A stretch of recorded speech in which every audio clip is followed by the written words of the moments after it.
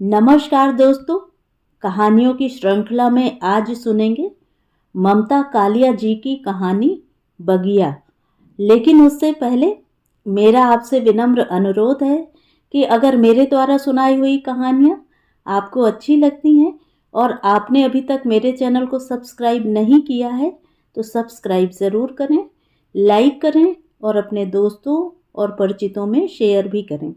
Bell icon दबाना बिल्कुल भी ना भूलें। आज सुनिए बगिया। पहले उसे झींकने की इतनी आदत नहीं थी। अच्छा खासा खुश मिजाज शौहर और बाप था वह। बच्चे ऐन सिर पर शोर करते तब भी वह गुस्सा न करता। बीबी की हर बात को गौर से सुनता। लेकिन जैसे जैसे परेशानियां बढ़ी उसकी खुश मिजाजी घटती गई। कई छोटी मोटी अस्थायी नौकरियों के लगने और छूटने के बाद पिछले 7 साल से कुंदन इस कपड़े के विशाल स्टोर में नौकरी कर रहा था। शुरू में उसका काम बस इतना था कि डिलीवरी काउंटर पर खड़े रहो और ग्राहकों के कैश मेमो दिखाने पर उनका सामान पकड़ा दो। लेकिन बाद में एक दो सेल्समैन के चले जाने से बिक्री में दिक्कत पैदा होने लगी। तो उसके मालिक सेठ हीरालाल ने उसे सेल्समैन की हैसियत से शूटिंग शर्टिंग के काउंटर की जिम्मेदारी दे दी। शुरू शुरू में उसे अच्छा लगा। इस काम में एक रास्ता नहीं थी।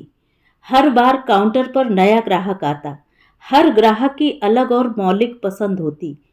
नए कपड़े का थान खोलने और दिखाने, नापने और काटने की अपनी उत्तेजना थी। विशाल स्टोर में सबसे ज्यादा बिक्री इसी काउंटर पर होने लगी। विशाल स्टोर वास्तव में विशाल था। सेठ हीरालाल की निजी इमारत के निचले हिस्से का पूरा एक भाग इस स्टोर ने ले रखा था।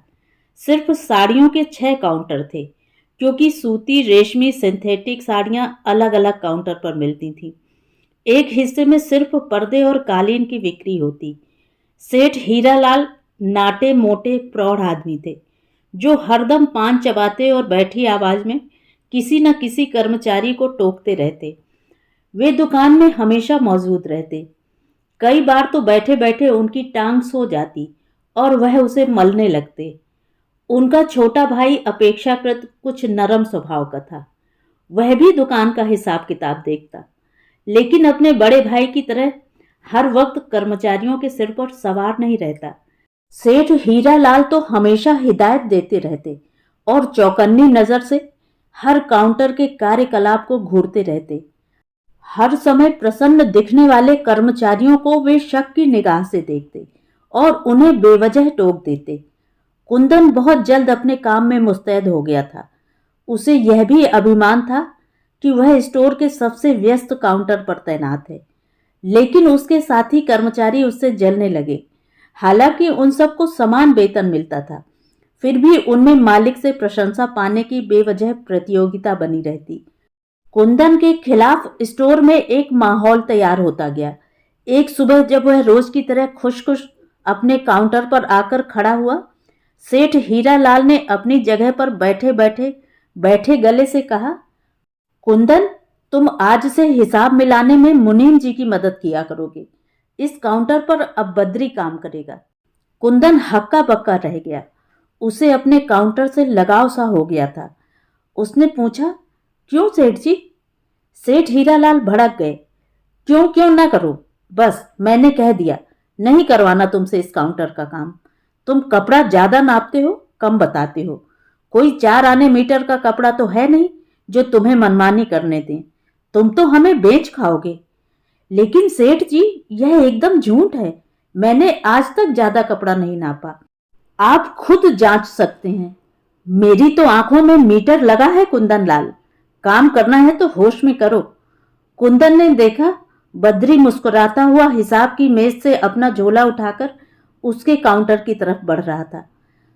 उस शाम पहली बार कुंदन ने घर पर छोटी सी गलती के लिए अपने बच्चे को पीटा।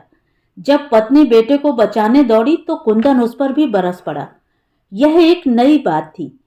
परिवार हैरान हो गया। उसकी 8 साल की लड़की गुड़िया बोली, लगता है पापा का किसी से झगड़ा हो गया है। कुंदन फिर भी नहीं खुला, बस अंदर अंदर धधकता रहा। मुनीम जी के साथ बैठकर सारे दिन लंबा चौड़ा हिसाब लिखना और मिलाना शुरू में उसे एकदम नागवार लगा, पर यह भी एक चौखटा था जिसमें कुंदन को फिट बैठना ही था। इसके अलावा कोई चारा भी न था। जल्दी ही कुंदन ने लंबे लंबे जोड़ करना, बाकी करना और प्रतिशत निकालना सीख लिया। मुनीम जी ने उसे रोकड़ पुस्तक लिखना सिखाया। अब कुंदन को यह काम उतना नागवार नहीं लगता था जितना पहले। उसे मालूम हुआ कि इंसान के आपसी व्यवहार से परे भी एक दुनिया होती है, हिसाब की दुनिया, जिसमें गिनती और गिनती का जोड़ ही सबसे बड़ी चीज होती है। इसी गणित के लिए इंसान सारा दिन खटता है और अपने बूते के बाहर मरता खपता है। दुकान का हिसाब सीखने के बाद कुंदन ने अपने घर के हिसाब पर भी ध्यान दिया। उसने एक अलग रजिस्टर बनाया जिसमें रोज हुए खर्च का हिसाब लिखने लगा। पहले वह घर वालों की नजर बचाकर यह काम करता था। जल्द ही उसने यह संकोच छोड़ दिया और खाली वक्त में बैठा सिर्फ हिसाब मिलाता रहता। उसके बच्चे और पत्नी मिलकर कैरम खेलते या लूडो, पर वह उनके लाख कहने पर भी साथ न खेलता। अपना आय व्यय का रजिस्टर बगल में दबाकर वह दूसरे कमरे में चला जाता। पप्पू और गुड़िया ने इस रजिस्टर को पापा की पोथी कहना शुरू कर दिया। जब रसोई से पत्नी पूछती, पप्पू पापा क्या कर रहे हैं, पप्पू कहता, पापा पोथी बांच रहे हैं। सभी हिसाबी लोगों की भांति कुंदन को भी पक्का यकीन था कि हिसाब लिखने से खर्च में कटौती की जा सकती है।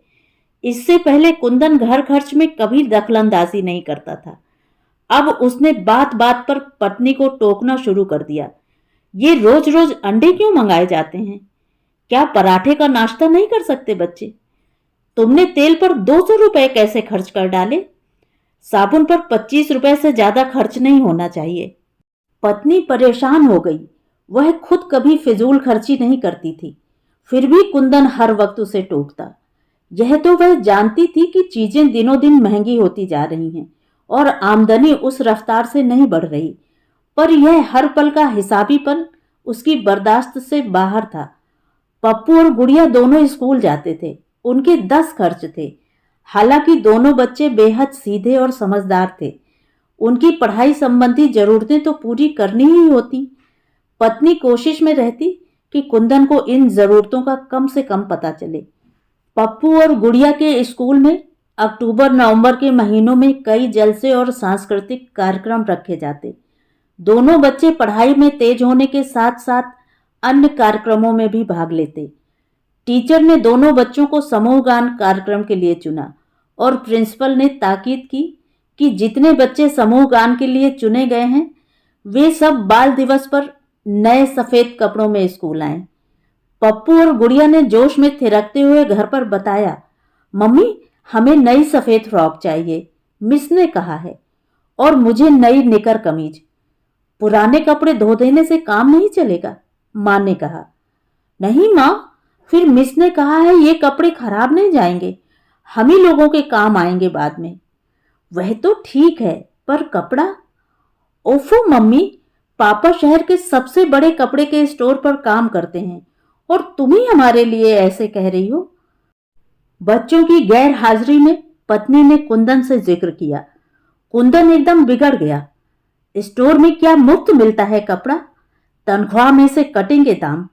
कोई जरूरत नहीं है गाना वाना गाने की। पत्नी पहले से ही जानती थी कि कुंदन यही जवाब देगा। उसे ज्यादा हैरानी नहीं हुई।